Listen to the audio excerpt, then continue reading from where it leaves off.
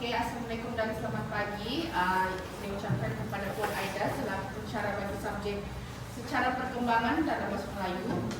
Pada hari ini saya Nur Syafiqah Syafni binti Jumaan. Saya Isnani binti Kamaludin. Saya Selita Zipani. Akan membentangkan tentang cabaran penggunaan bahasa Melayu dalam komunikasi rasmi dalam institusi pengajian di swasta. Kita akan beralih kepada metodologi kajian. Metodologi kajian yang kami gunakan adalah kualitatif melalui temu bual. Responden yang dipilih terdiri daripada 2 orang pelajar Unitar Kota Kinabalu. Pemilihan responden adalah berdasarkan kesesuaian dan pengalaman dalam komunikasi rasmi. Dan temu bual ini dijalankan secara bersemuka.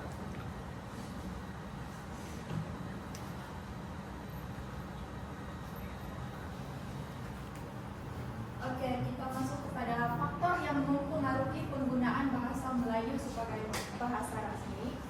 Yang pertama, penggunaan bahasa Melayu dalam komunikasi rasmi dipengaruhi oleh globalisasi serta perkembangan bidang profesional dan akademik.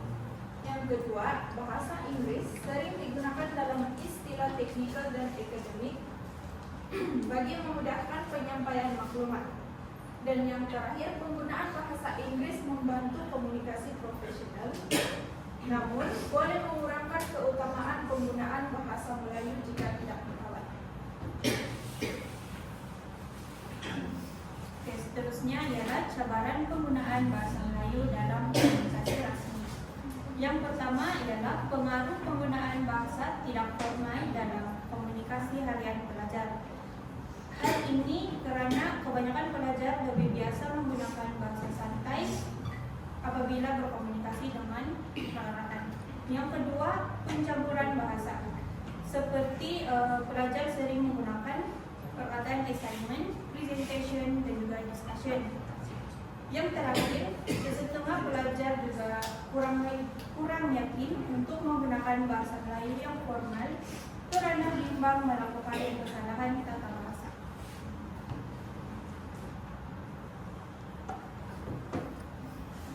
Bagi analisis penggunaan bahasa Melayu dalam kalangan pelajar Unitar pula, bahasa Melayu digunakan dalam komunikasi rasmi di institusi pendidikan tinggi swasta seperti Unitar, khususnya dalam urusan pentadbiran. Seterusnya, bahasa Melayu digunakan dalam dokumen rasmi seperti surat, memo, laporan, dan juga pengumuman. Namun begitu, bahasa Inggris lebih dominan dalam pembentangan akademik karena mempengaruhi globalisasi pendidikan. Seterusnya adalah peranan pelajar dalam meningkatkan penggunaan bahasa Melayu. Yang pertama, pelajar perlulah menggunakan bahasa Melayu yang betul dan sopan ketika berkomunikasi secara resmi. Contohnya, semasa menulis email, membuat pembentangan atau menyiapkan tugasan akademik. Yang kedua, pelajar juga boleh meningkatkan kemahiran bahasa melalui pembacaan bahan ilmiah serta latihan penulisan. Yang terakhir, pelajar juga boleh menjadi contoh kepada rekan-rekan dengan mengamalkan penggunaan bahasa Melayu yang baik dalam komunikasi harian. Seterusnya adalah cadangan strategi konkret untuk mempertumbuhkan bahasa Melayu dalam kalangan pelajar. Yang pertama sekali adalah memperbanyakkan aktiviti komunikasi dalam bahasa Melayu, yaitu menggalakkan aktiviti seperti perbahasan, forum, perbentangan, dan juga lakonan. Ianya adalah untuk menggalakkan pelajar untuk bertutur dan berinteraksi menggunakan bahasa Melayu secara aktif. Yang kedua adalah menggalakkan budaya membaca bahan berbahasa Melayu. Contohnya, guru boleh menyediakan berbagai bahan bacaan seperti novel, cerpen, majalah, dan artikel ilmiah. Guru juga boleh melaksanakan program seperti nilam atau pertandingan ulasan membaca buku. Hal ini membantu pelajar untuk memperkaya kosakata dan meningkatkan kemahiran penulisan. Cadangan yang ketiga adalah menggunakan teknologi dan media digital dalam bahasa Melayu. memanfaatkan video pembelajaran, blog, podcast, dan juga media sosial dalam bahasa Melayu, menggalakkan pelajar untuk menghasilkan kandungan digital seperti video atau penulisan yang kreatif. Dan yang terakhir adalah menganjurkan program dan kampanye bahasa Melayu di sekolah. Contohnya mengadakan Minggu Bahasa Melayu, pertandingan pidato, syarahan, dan deklamasi saja. Ia memberi peluang kepada pelajar untuk menonjolkan bakat dalam penggunaan bahasa.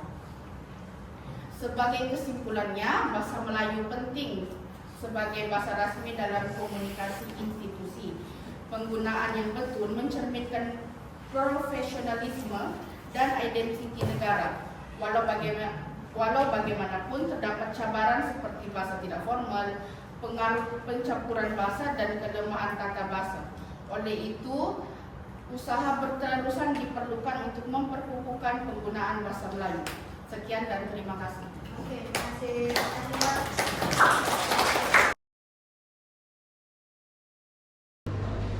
Assalamualaikum dan selamat petang. Saya ucapkan kepada Insyira yang sudi meluangkan masa untuk menjalani kaedah mingguan untuk subjek sejarah perkembangan bahasa Melayu.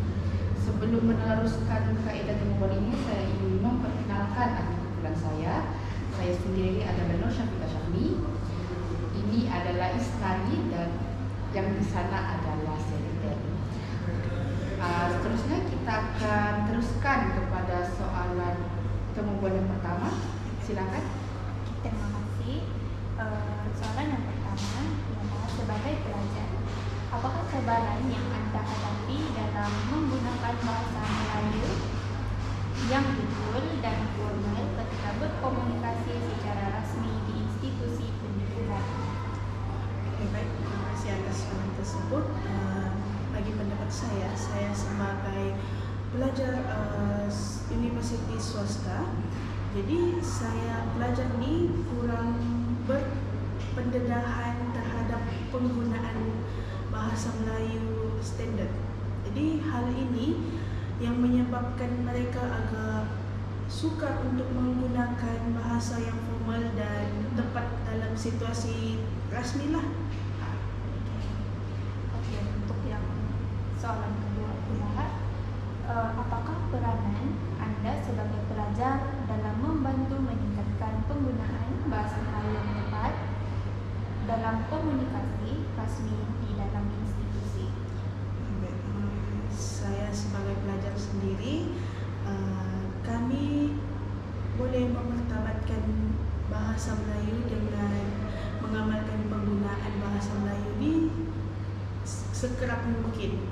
Di samping itu, sebagai pelajar juga boleh meningkatkan kemahiran bahasa Melayu ini melalui pembacaan dan latihan penulisan. Contoh macam membuat novel, karangan kah.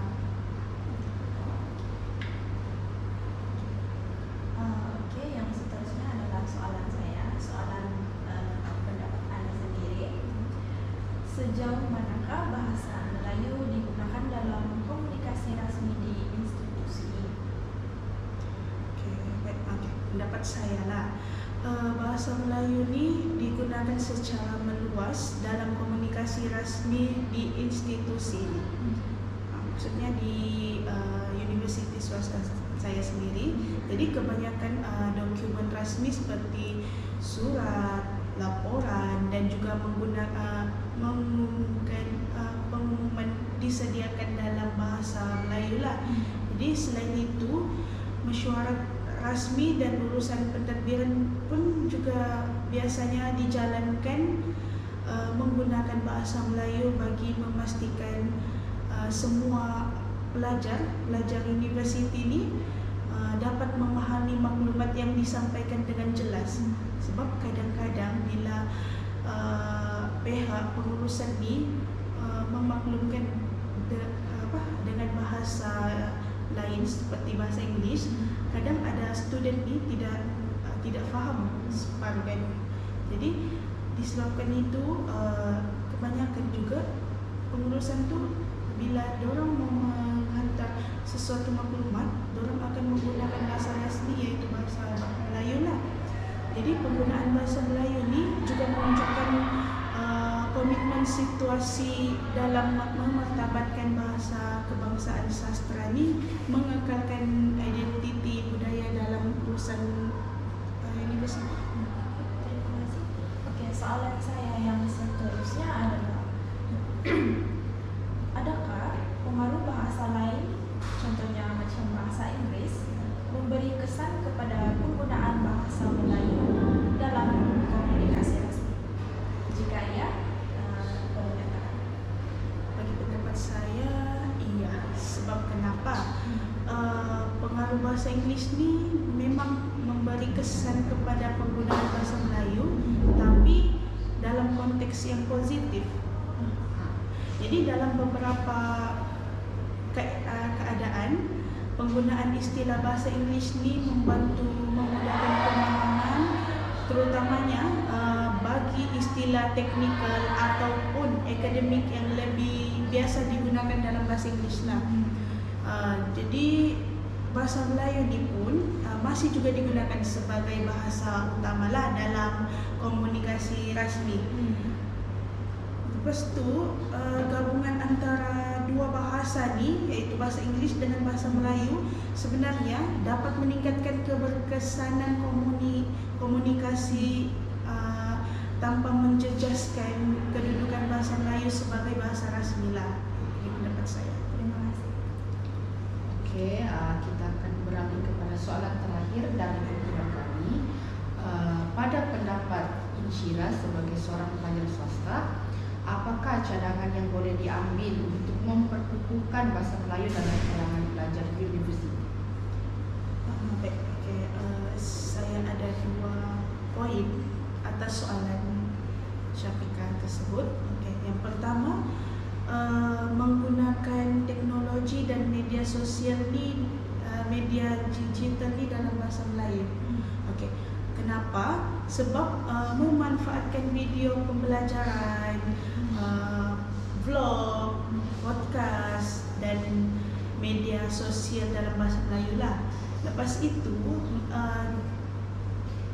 juga penggunaan teknologi ini juga menggalakkan pelajar menghasilkan kandungan digital seperti video ataupun penulisan yang kreatif.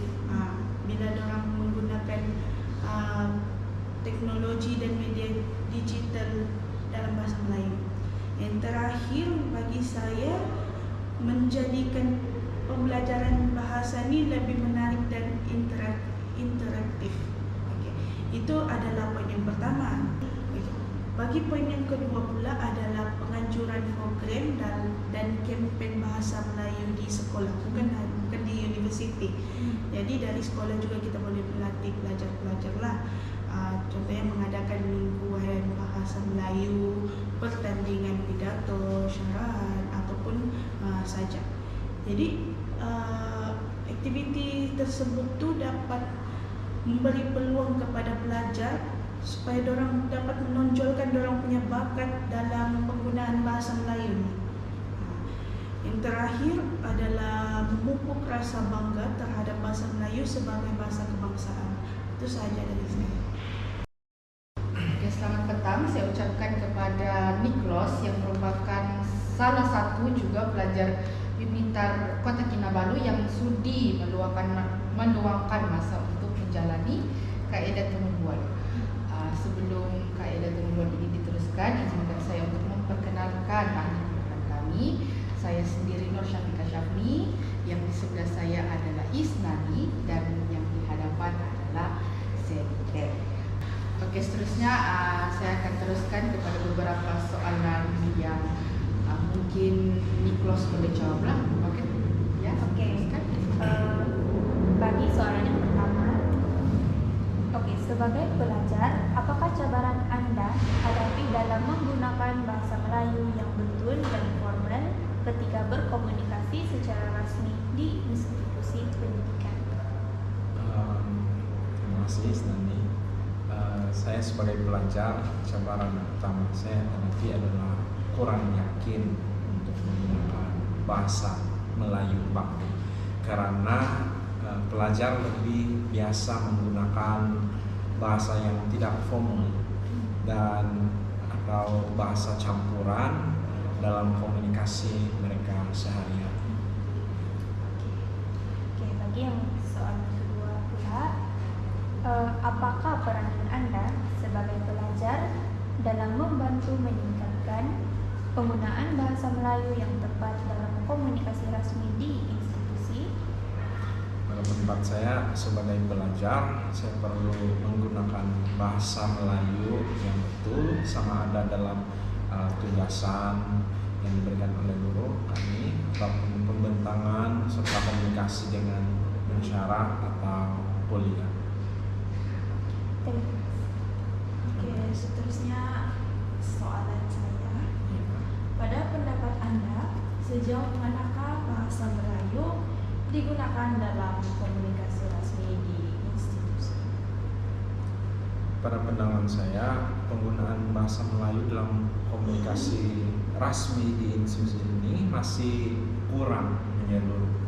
Sebab walaupun bahasa Melayu digunakan dalam beberapa dokumen rasmi, tetapi terdapat juga situasi di mana bahasa Inggris lebih kerap digunakan dan terutama dalam hal komunikasi dalaman atau pembentangan. Hal ini mungkin disebabkan oleh pengaruh globalisasi dalam keperluan menggunakan istilah tertentu dalam bahasa Inggris. Akibatnya penggunaan bahasa Melayu kadang-kala tidak diberi keutamaan dalam sepenuhnya dalam komunikasi rasmi. Oke, baik, terima kasih. Soalan saya yang seterusnya adalah, adakah pengaruh bahasa lain, terutamanya bahasa Inggris, memberi kesan kepada penggunaan bahasa Melayu dalam komunikasi rasmi? Pada pendapat saya, ia sebenarnya memberikan kesan yang sangat besar pada pelajar, khususnya pengaruh bahasa Inggris sebenarnya sangat ketara terhadap penggunaan bahasa Melayu dalam komunikasi rasmi. Dalam setengah situasi, individu lebih cenderung menggunakan bahasa Inggris, terutamanya dalam penulisan laporan, pembentangan, atau komunikasi profesional. Jadi keadaan ini secara tidak langsung menyebabkan penggunaan bahasa Melayu semakin berkurang dalam konteks rasmi. Jika keadaan ini berterusan tanpa kawalan, ia boleh menjelaskan usaha memartabatkan bahasa Melayu sebagai bahasa utama dalam pentabiran komunikasi rasmi institusi. Kita akan beralih kepada soalan terakhir bagi sesi pertemuan ini. Pada pendapat Nikolaus sendiri sebagai seorang pelajar di universiti swasta, apakah cadangan yang boleh diambil untuk memperkukuhkan lagi bahasa Melayu dalam kalangan pelajar? Ada dua cadangan saya sebagai pelajar, yaitu yang pertama adalah memperbanyakkan aktiviti komunikasi dalam bahasa Melayu, di mana mengadakan aktiviti seperti berbahasa, forum, pembentangan, dan laporan. Ini menggalakkan pelajar bertutur dan berinteraksi menggunakan bahasa Melayu dengan aktif, membantu meningkatkan keyakinan serta kemahiran komunikasi pelajar. Dan yang kedua adalah menggalakkan budaya membaca bahan berbahasa Melayu, menyediakan berbagai bacaan seperti novel, cerpen, majalah, dan artikel ilmiah dalam bahasa Melayu, melaksanakan program seperti nilam atau pertandingan ulasan buku antara menggalakkan budaya membaca, dan ini dapat membantu pelajar memperkayakan kosakata dan meningkatkan kemahiran penulisan mereka.